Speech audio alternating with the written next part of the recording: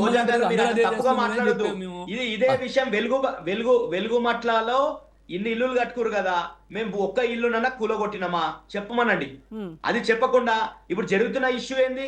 ఇప్పుడు ఈ ఎవరున్నారో అధికారంలో, అధికారం వ్యతిరేకంగా మాట్లాడాల్సి పోయింది, అధికారాన్ని ప్రశ్నించాల్సి పోయింది. గత ప్రభుత్వం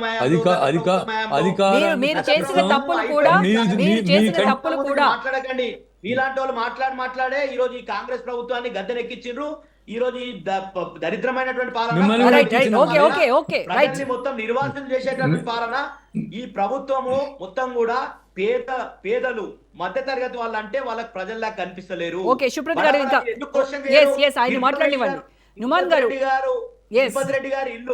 తిరుపతి రెడ్డి గారి ఇల్లు సుప్రత్ గారు ఒక నిమిషం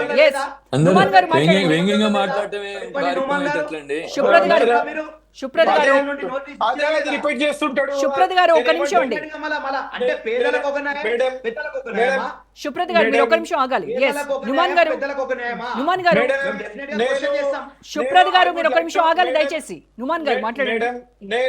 నేను ఒకటే విషయం చెప్పదలుచుకున్నాను. ఈ 2 ఇన్సిడెంట్స్ ఏదైతే చూస్తున్నారో ఈ 2 ఇన్సిడెంట్స్ కూడా ప్రజలకి అంతిమంగా కామ్రేడ్ మిత్రులు ఇంతకు మాట్లాడినట్టు ప్రజల కోణాన ఎవరైతే విక్టిమ్స్ ఉన్నారో, ఎవరైతే బాధితులు ఉన్నారో వారి కోణాన చూసేసి వారికి మేలు ఏ రకంగా చేయాలో ప్రభుత్వం డెఫినెట్ గా ఆలోచన చేస్తుంది. ప్రభుత్వం డిస్కషన్ చేసేసి వారికి కావాల్సినటువంటి ప్రతి ఒక్కటి వారిని నెరవేరుస్తుందని చెప్పేసి నాకు బలమైన నమ్మకం ఉంది. ఇది ప్రజాపాలన ఉంది, ఇది రాచరిక పాలన. అదే అక్కడికే వస్తున్నారు. 100% ప్రజలు మీరు చూస్తారు కదా, వీళ్ళందరూ నేను 2 ప్లేసెస్ కూడా చెప్తున్నాను. 70% నా దగ్గర డేటా కూడా ఉంది, పోల్ డేటా ఉంది. 70% people have voted for Congress. Both the places నేను మాట్లాడుతున్నాను. ఖమ్మం గురించి కానివ్వండి, ఇక్కడ మధుపార్క్ కానివ్వండి, మా దగ్గర పోలింగ్ డేటాతో పాటు నేను మాట్లాడుతున్నాను. నేను ఏం చెప్పదలుచుకున్నానంటే అటువంటి ఇప్పుడు మాకు ఓటేసినటువంటి మీరు రన్నింగ్ కామెంటరీ ఆపితే మీరు రన్నింగ్ కామెంటరీ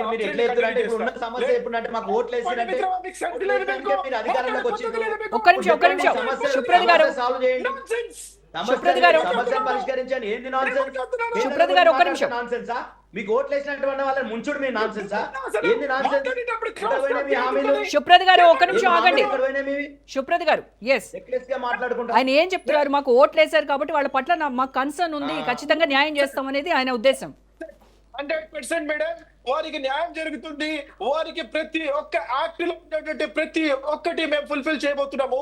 వారికి కావాల్సినటువంటి ఈ రోజు ప్రకాష్ గౌడ్ మా ఎమ్మెల్యే, రాజేంద్ర నగర్ ఎమ్మెల్యేగా ఉన్నటువంటి ప్రకాష్ గౌడ్ గారి దగ్గరికి వారి యొక్క టీం మొత్తం వచ్చింది. అక్కడ ఇనిషియల్ డిస్కషన్ స్టార్ట్ అయినాయి. ఆ తర్వాత మళ్ళీ డిస్కషన్ జరుగుతుంది. ముఖ్యమంత్రి వారు కేబినెట్ లో కూర్చొని ఏం చేయాలని చెప్పేసి 100% వారు ఫైనల్ డెసిషన్ తీసుకుంటారు. తొందరపాటు పడాల్సిన అవసరం లేదు, టెన్షన్ తీసుకోవాల్సిన అవసరం లేదు. 100% we are going to save each and everybody. ఓట్లేని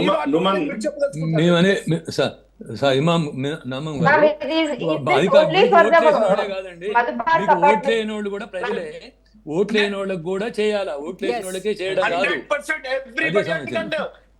అదే అంటున్నాను, ప్రతి ఒక్కరికి చేయబోతున్నాము. దీంట్లో మాకు వేసినటువంటి వారికి ఇంకా చేయాలి కాబట్టి మా మీద రెస్పాన్సిబిలిటీ ఉంటుంది కాబట్టి మేము ఫుల్ఫిల్ అంటున్నాను. ప్రభుత్వం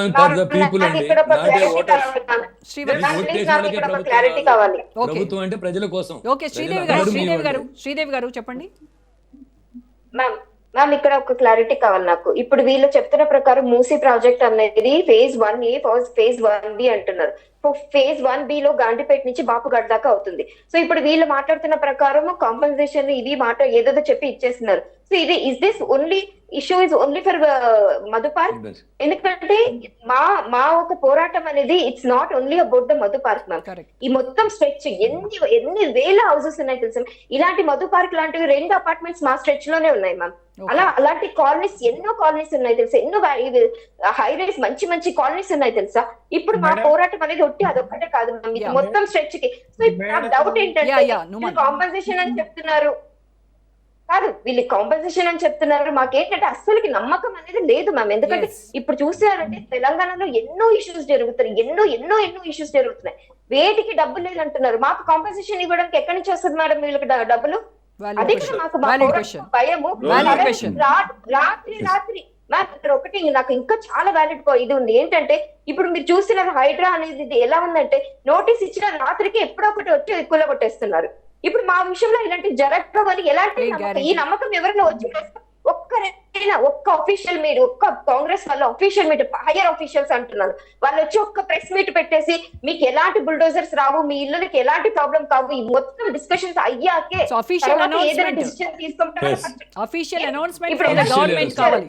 ఎస్ ఇప్పుడు ఎలా they are demanding official announcement from the government. Numan గారు నాట్ ఎగ్జాక్ట్లీ నాట్ చిన్న చిన్న వాళ్ళు మ్యామ్ చిన్న పెద్ద హైవేస్ ఈవెన్ సీఎం సార్ వచ్చి మాకు కాన్ఫిడెంట్ ఇవ్వాలి అప్పుడు మేము మా పోరాటం ఆపుతాం